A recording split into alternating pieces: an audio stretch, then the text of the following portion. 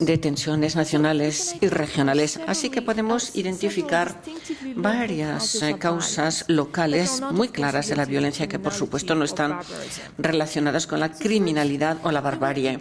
En primer lugar, hubo motivaciones sociales muy importantes a formar parte de la milicia y en la continuación de la violencia, falta de oportunidades sociales y el hecho de formar parte de la milicia o incluso o mejor todavía un líder era el mejor método para las personas que no tenían ninguna educación para reclamar el estatus que la situación sin guerra no les daba. Después estaba la venganza sobre individuos y grupos que durante la guerra eran sospechosos.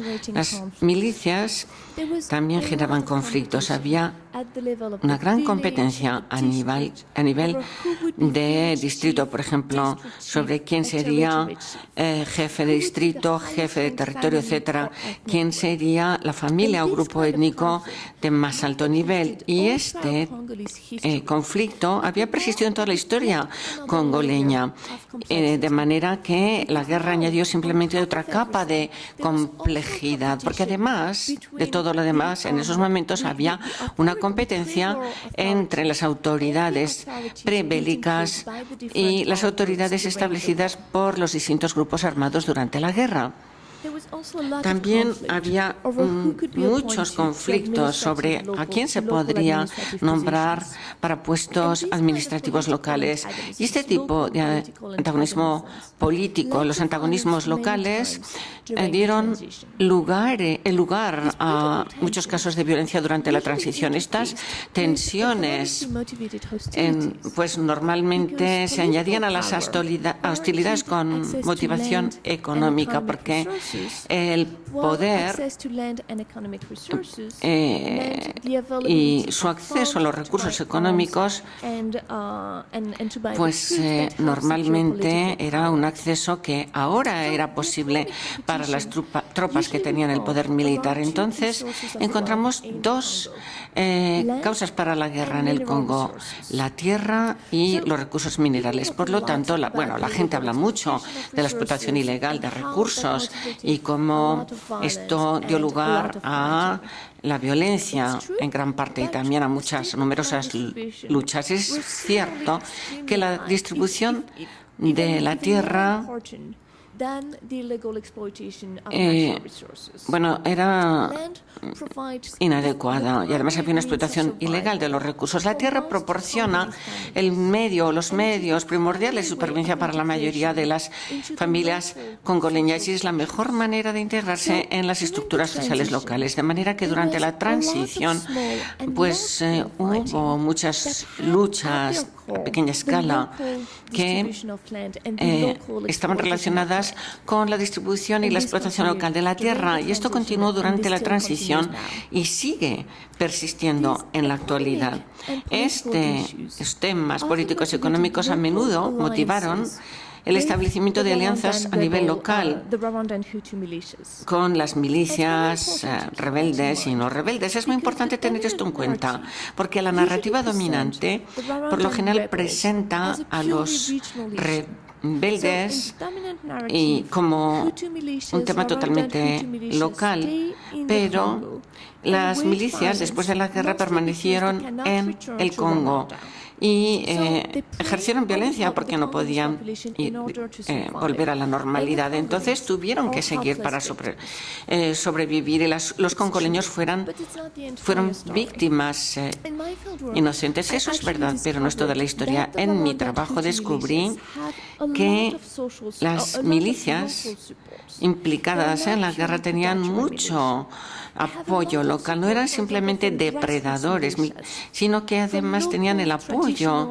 de las milicias, de las bases, de las autoridades locales y administrativas y también de soldados y mandos locales en el Ejército Nacional Unificado. Y esas alianzas locales son clave para perpetuar la presencia de los rebeldes en el territorio congoleño. Sin esas alianzas locales, los rebeldes hubieran podido luchar contra sus enemigos ni encontrar los recursos necesarios para sobrevivir.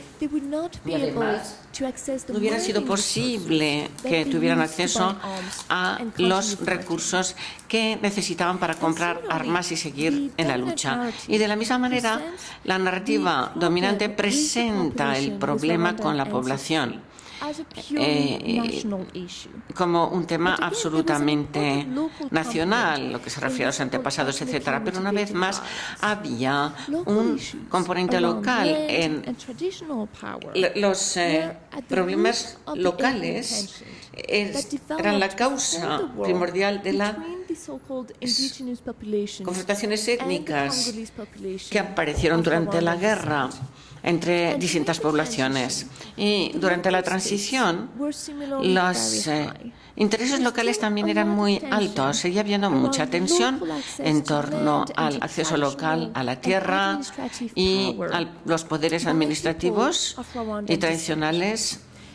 Y muchas veces esas tensiones locales llevaron a luchas localizadas y hubo una escalada hasta que la lucha se generalizó. Debo decir que la violencia estaba motivada no solamente por ciertas causas regionales o locales, sino también por agendas de abajo arriba, como líderes étnicos, problemas de comunidades, etcétera. Y había relaciones constantes entre las causas locales, regionales y nacionales. En concreto, había alianzas entre actores locales, regionales y nacionales. Pero además, los actores locales y las agendas locales cada vez se hicieron más autónomos de las vías nacionales. Y todo esto llevó a la violencia, de manera que muchos actores regionales o que muchos actores regionales y nacionales no pudieron parar. Y esta violencia al final puso en riesgo los asentamientos, los acuerdos nacionales y locales o regionales. Entonces hubiera tenido que prestar atención no solamente a los niveles nacionales y regionales, sino también locales. Y durante la transición hubo varios intentos para realizar un análisis de estos movimientos de abajo arriba. Y en estos debates participaron varios diplomáticos, varios miembros de las misiones de paz de Naciones Unidas y también ONGs implicadas en las ONGs que actúan a nivel local y activistas, por otra parte, militantes. Y todos estos intentaron convencer a los interventores internacionales de que tenían que adaptar su estrategia para incluir un planteamiento de abajo arriba, pero fracasaron. Y durante la transición, básicamente, casi no se hizo nada para construir la paz a nivel local. Y esto es así porque los constructores internacionales de paz hubieran podido resolver las tensiones locales a nivel de las bases con los recursos que tenían para minimizar el coste y para minimizar la interferencia internacional. Los donantes hubieran podido apoyar a las ONGs locales y a los representantes de la sociedad con fondos y logística que las organizaciones de base congoleñas no tenían para implementar programas de paz a nivel local. Y los donantes internacionales de fondos para resolver el problema podían haber cambiado sus prioridades y no haberlas relacionado con las elecciones.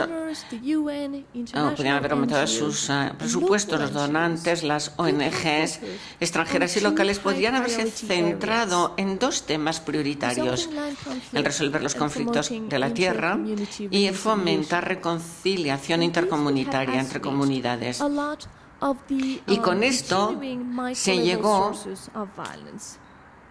hubiera llegado a eliminar fuentes microlocales de violencia. De esta manera, los actores locales hubieran ya podido intervenir a partir de ahí para resolver los problemas militares y políticos locales que los propios actores de las comunidades, los locales, no podían resolver. ¿Por qué estas burocracias internacionales rechazaron esas oportunidades de cambio? Bueno, hay dos razones principales que nos llevan de nuevo la influencia de los elementos culturales. En primer lugar, la estrategia de éxito se encontró y ponía en peligro muchos intereses para burocracias como las Naciones Unidas y las delegaciones diplomáticas. Bueno, por su acción local hubiera retado su propia identidad, porque esa autoridad, como ya he dicho, se centra en el hecho de que hay organizaciones internacionales pero que funcionan a nivel de bases y que hubieran sido eficaces.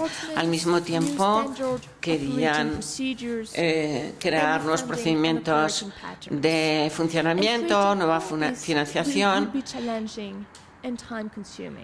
Pero el crear todo esto a nivel local hubiera sido demasiado laborioso.